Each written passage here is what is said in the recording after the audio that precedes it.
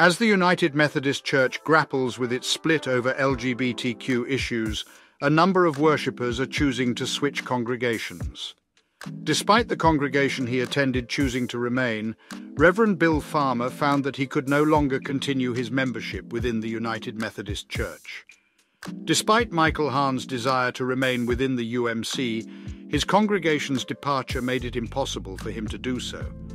They have each discovered new church communities, and they are not the only ones. One of the largest denominations in the United States, the United Methodist Church, has been embroiled in unending debates concerning LGBTQ people and theology. Innumerable congregations affiliated with the church are currently casting their votes on whether to remain or depart. Controversies about recognizing same-sex marriages and ordaining LGBTQ clergy have divided the church, with stark differences of opinion on both sides.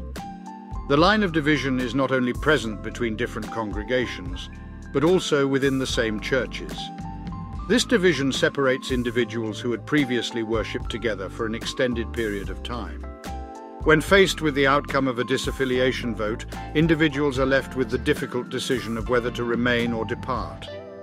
The division within the United Methodist Church, which has frequently resulted in great tension and suffering, has led to the creation of new efforts to provide safe spaces for those without a church to call home.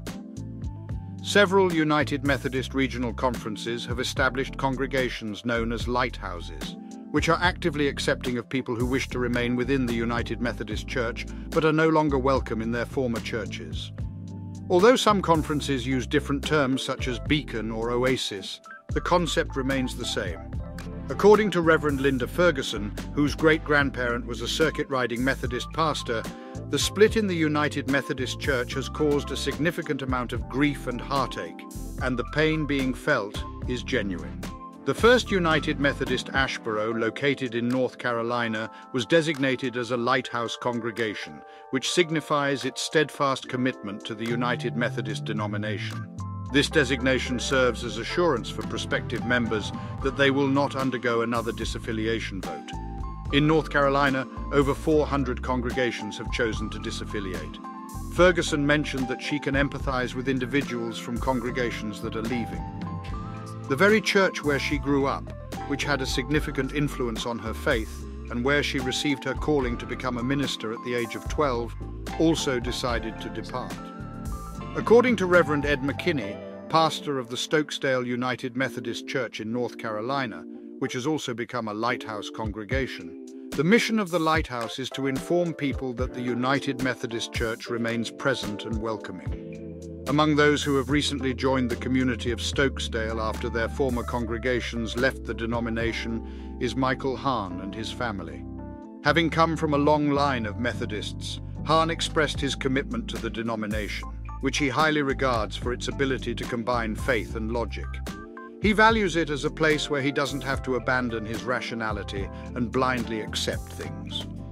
In the Stokesdale congregation, Hahn and his family have been met with a warm and friendly atmosphere where they have been welcomed and offered support through this difficult time. Several churches are leaving their current denomination, with many opting to join the recently established conservative Global Methodist Church. Meanwhile, other congregations are either deciding to become independent or affiliating themselves with alternative denominations. Although the Global Methodist Church lacks a program similar to the Lighthouse Initiative, it has initiated the launch or adoption of congregations that can serve as a refuge for those seeking to leave the United Methodist Church while their own congregations remain intact. The founders of Grace Methodist Church found themselves in a similar predicament.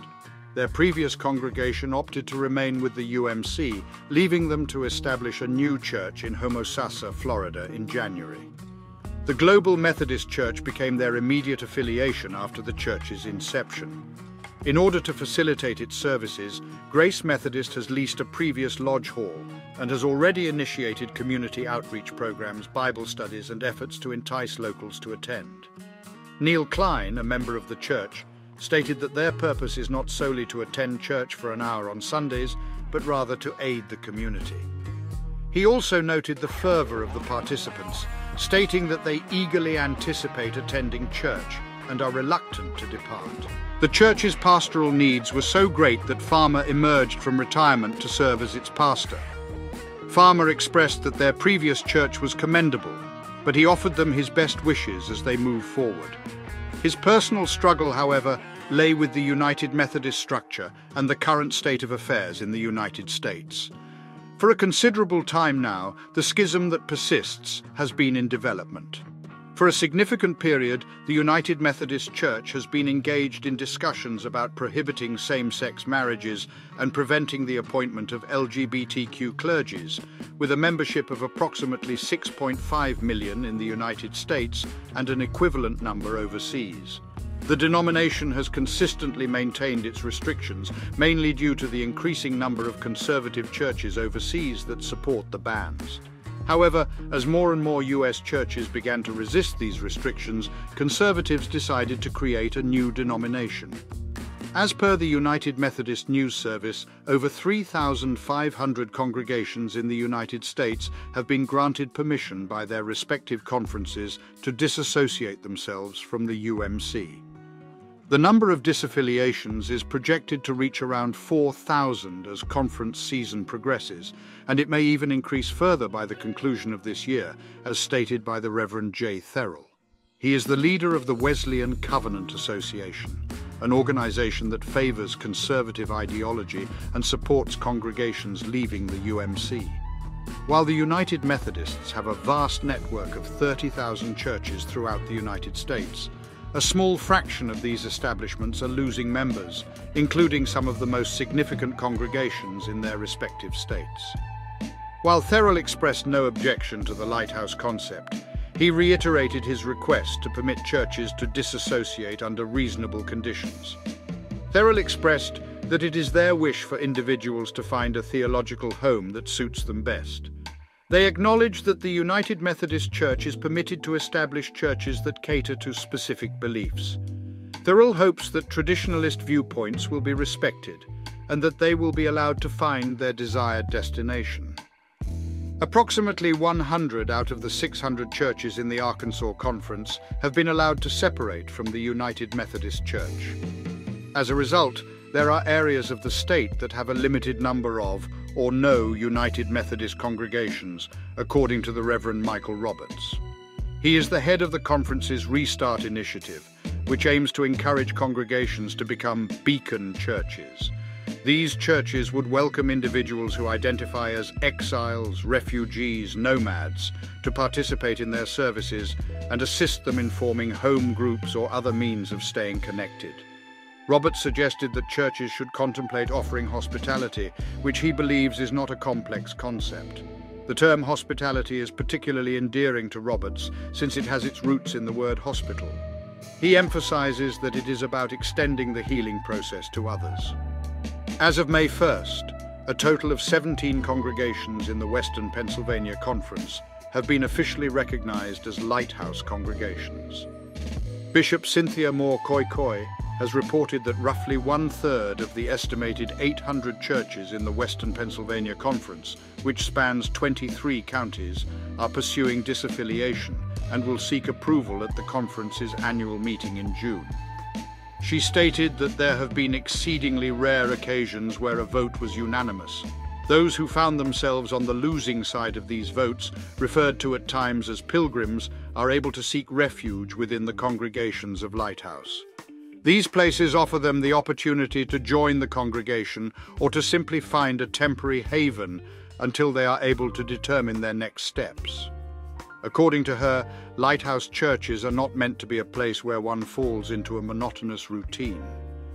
Reflecting on the unchurched population, this presents a unique opportunity to form a faith community by identifying and meeting the needs of those searching for a church home and reaching out to others in new and innovative ways.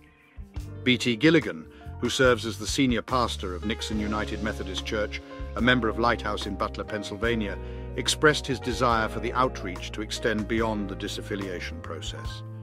He is hopeful that this process will allow individuals who have been harmed by churches for various reasons to find solace and healing. To support our channel's growth and ensure broader awareness, kindly hit the like and subscribe buttons. This will help us reach more individuals and disseminate valuable information. Thank you in advance.